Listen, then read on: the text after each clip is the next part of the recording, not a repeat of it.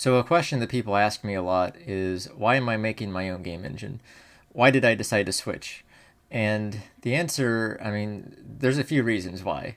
But before I get into that, I want to just go over what I think in general about whether or not people in general should be using game engines or making their own. And really, I think the answer to that is just that it depends on the project and it depends on the person. Because basically, your game engine is a tool that you're using to accomplish the goal of making your game. And if you're trying to make a specific game, then you want to be using the right tools for that job. So it's very simple. That's really all it boils down to. There are plenty of examples of games that are built in their own engines, and there are plenty of examples of games that are built using pre-existing ones. Um, I mean, you can just up examples on your own and see how many of your most popular, most favorite games uh, ended up being developed in pre-existing game engines. And it almost kind of makes sense too, because then the developer can kind of spend most of the time on making the game good rather than building the engine. And a trap that a lot of software developers fall into is spending more time making the framework for what they're trying to do rather than the actual content. So you might have a web developer who really enjoys making certain websites, but at the end of the day, they're not really too interested in actually using their framework or their application that they just built. They just want to build the application and let some business do the job of all of that, of actually using it all. Um, they might have no interest in actually running a blog website or some sort of inventory management system. They might just enjoy making the system and not actually want to put content into it. Um, so that you got to be careful about that if you're going to make your own game engine. Uh, One reason people often say not to make a game engine is because it takes a lot of time and effort that could otherwise go into the game, and that's definitely true.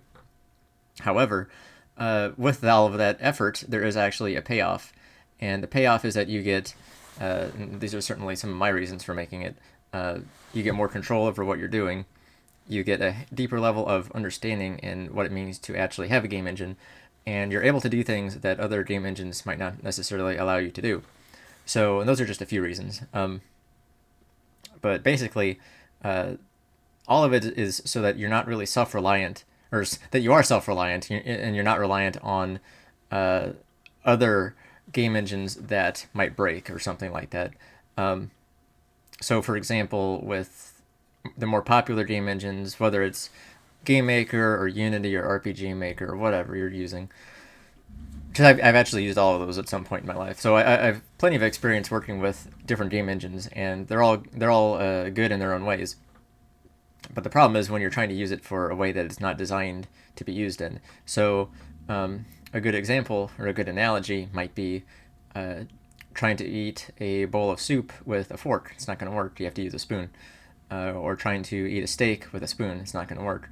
You want to use tools that are right for the job, but you also want to prefer working with tools that you actually enjoy using. So, for example, again, if you're trying to eat a bowl of noodles, you can definitely eat that with a fork, but some people might prefer eating a bowl of noodles with a pair of chopsticks instead. And so, even though both a fork and chopsticks would accomplish the same goal, it's just sort of a preference as to which one you actually want to use, and that's totally fine. So, again, I think game engines are just sort of a mostly a preference thing, and really the thing you should focus on if you're making your game. Don't worry about the game engine that you're using. Just focus on the end result and what is the best tool that you can use to get to that result. And so, one with all that in mind, one reason that I definitely want to work on my own game engine and have been for the past year and a half has been that there are certain things that other game engines just don't have in them that I really want in mine. Um, Specifically ways to make making the game a lot easier.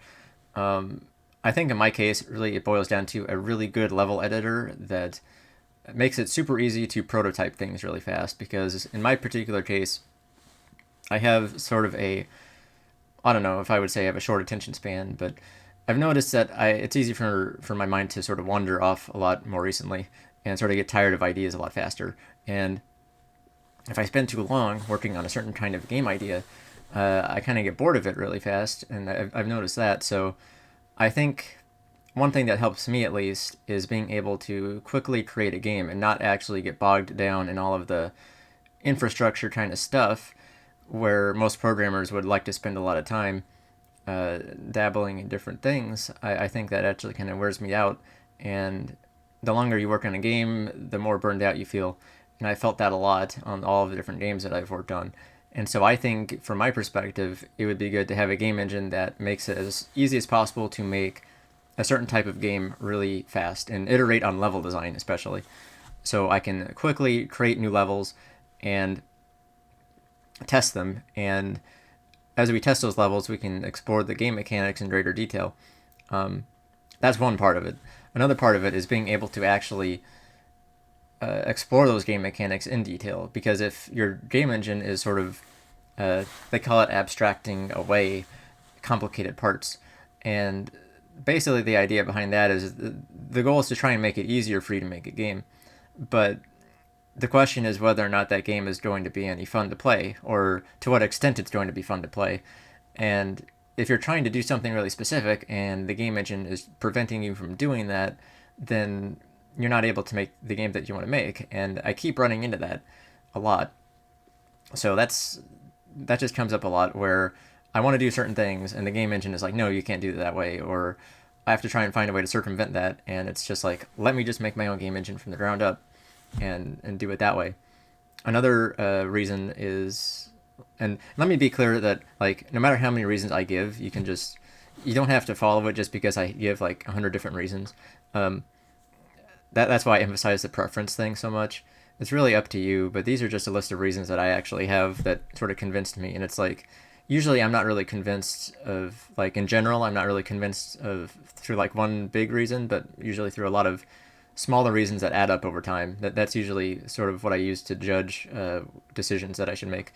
So another reason is usually that a lot of a lot of work that I would do in these engines would be really repetitive, like dragging, like a pop-up would show up and I need to set all of these things, check all the right boxes, and then, drag the object into the scene or whatever, and do all these different things. And it's just really repetitive. It's like, why can't that be automated a little bit? Why can't it be a lot easier than this? Or uh, things that aren't necessarily clear, and like things that are, uh, things crash for no apparent reason. Um, and then also things like the file size is gigantic because Unity, for example, it's a game engine that tries to appeal to everyone who's trying to make any kind of game. And let's say you're just trying to make a simple two-dimensional game, and the engine, though, is built for these complicated three-dimensional games. Well, then the engine is going to have a lot of stuff in it that you don't actually use, which is going to make your file size a lot bigger, and for no real reason. So you could have like a really simple 2D game that someone's going to download, and it'll take them like 100 megabytes of file size to download it, and like there's no reason for that to actually be the case. And I've tried this before. If you open a empty Unity project, it's like literally like 100 megabytes. At least it was when I tried it. That was a few years ago. But uh, I just thought, well, you have all this bloat in there, and you don't really need all that. And that's also, I mean, that's from like a file storage point of view, but from a performance point of view as well.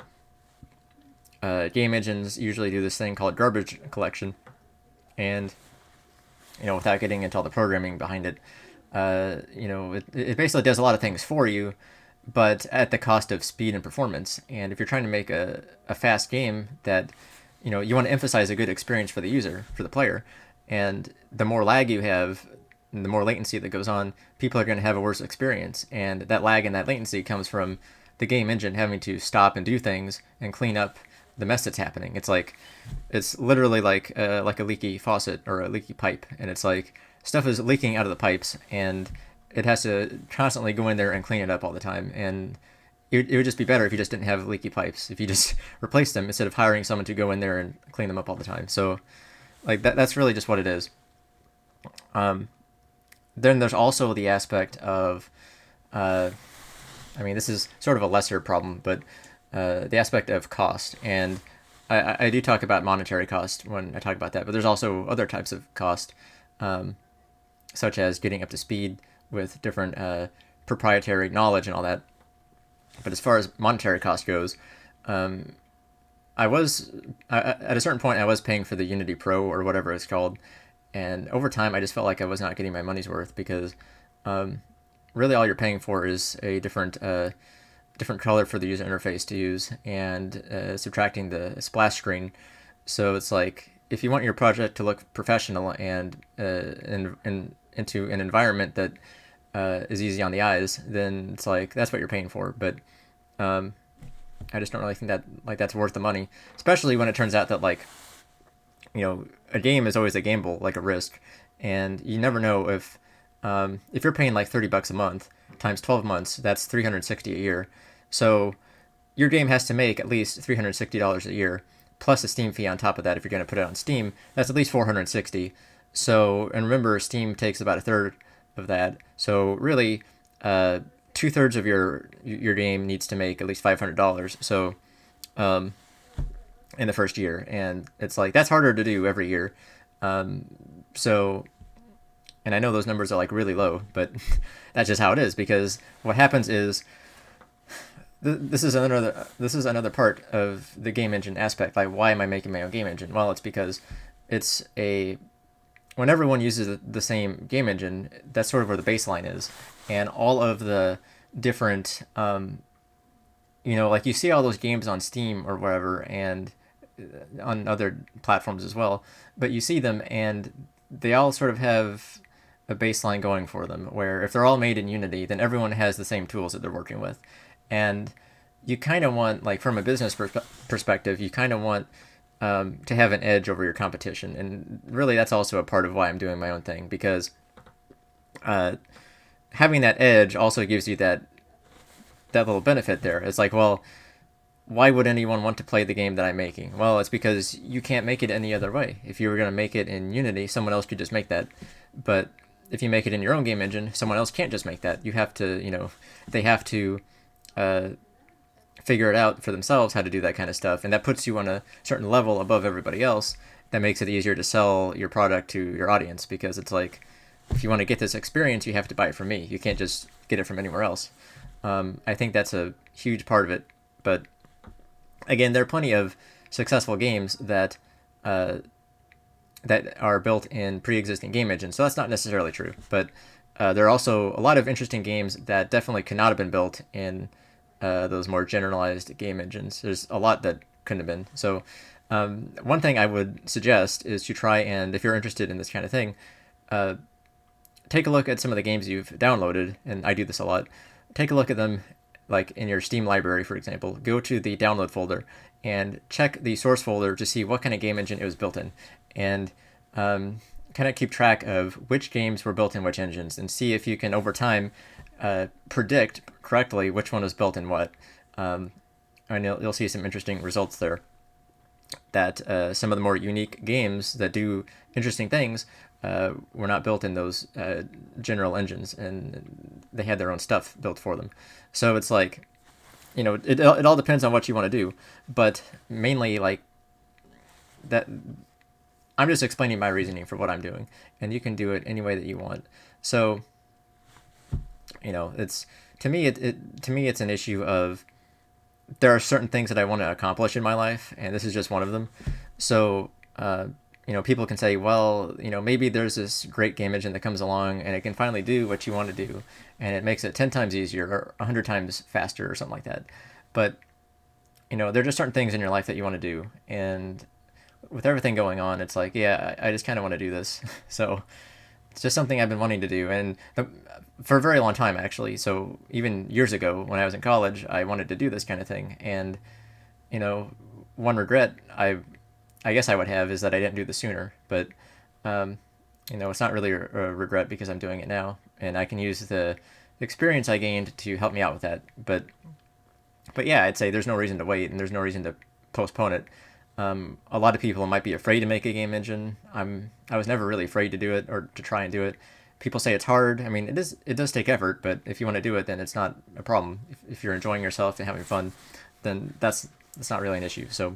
Um, so I don't really see it that way. I see it as a fun challenge that I want to do, and so that's what I'm doing. So that's about it. But yeah, I get asked that question a lot, and I just wanted to make a video to clarify what are a bunch of reasons for me for why I'm doing this. And you know, it, like I said, partially from a business point of view, to me it makes sense to have something like that that is not reliant on other things, where I'm not, if Unity or Unreal decides to change a policy, then I'm not beholden to that policy for the sake of whatever game I'm trying to make. And maybe if I have a certain game idea, that I can actually execute that idea to the fullest potential that I want to execute it toward. And like I said, giving the players a solid experience, that matters to me, because it's like you play all these games and then they crash, and it's like, well, that's not right if the game crashes. So or the frame rate is bad or whatever. It's like you need to have certain standards in place, and to me, like, it's really important to try and do that. And so that's what I'm trying to do. So maybe in another video, well, definitely I want to do a video where I go into what I'm doing in more detail, like explore the actual engine itself, go over that kind of thing, show off what it's capable of and what I plan to do with it in the future. I definitely want to do that kind of stuff and show off that stuff, because the reason I do all this is so that I can create something that wasn't there before, and that is hopefully beneficial not just to me but to other people who might be interested. And I'm not really doing it for the sake of trying to make this big thing, but you never know, if other people are interested in what I'm doing, then I may as well allow them to either help or to use it or whatever they want to do. But at a certain point, it does become sort of bigger than yourself whenever you're working on a big project like this. So who knows what might happen? But certainly, like for the people who just want to know why I chose to do it this way, or whether or not you should choose to do it your way. It's like I said at the beginning, it's just up to every individual, depending on what you're comfortable with and what kind of projects you're trying to work on, and how you want to spend your time, because that's really what the most important thing is. How do you want to spend your time, and what sort of things are meaningful to you? If you want to spend your time making a bunch of games that sort of work off of a pre-existing thing, then that's fine. If you want to make your own thing so that you can make a bunch of other games based off of that, then do that. Everybody has different priorities, so I don't really think that, like, if you asked me would I switch to another engine, I don't think I would say yes. I think I'd say, I might check it out, but I'm not really convinced that I would just hop over to it, because I would rather have that solid foundation that I've built for myself, so that I don't have to be dependent upon anything else. And that's really a sort of a major life philosophy I kind of have in general, is try to not be dependent upon other things, because that's where bad things happen. I've had that experience before plenty of times. So perhaps I can talk more about that in other videos. But you want to be self-reliant and be able to do things that you want to do, and that's how you make that happen. So anyway, that's basically all I wanted to say. I've tried to make this video a few other times, but I think this one came out the best. So I'm just going to put this one out there. And if you have any questions or comments, do let me know below the video. And don't forget to like and subscribe. I will see you in the next video. So thank you for watching, and have a good day, everybody.